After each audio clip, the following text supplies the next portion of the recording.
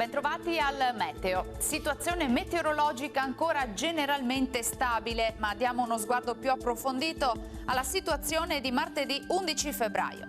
Sul Veneto il cielo risulterà in prevalenza poco nuvoloso, con aumento sia degli spazi di sereno sulle pianure e sulle prealpi, sia di alcuni addensamenti nuvolosi sulle Dolomiti. Nelle ore più fredde, locali nebbie sulle pianure nord-orientali.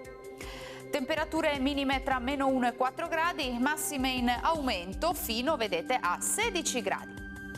Bel tempo anche sul Friuli Venezia Giulia, con ampio soleggiamento, solo con qualche foschia sulle aree pianeggianti.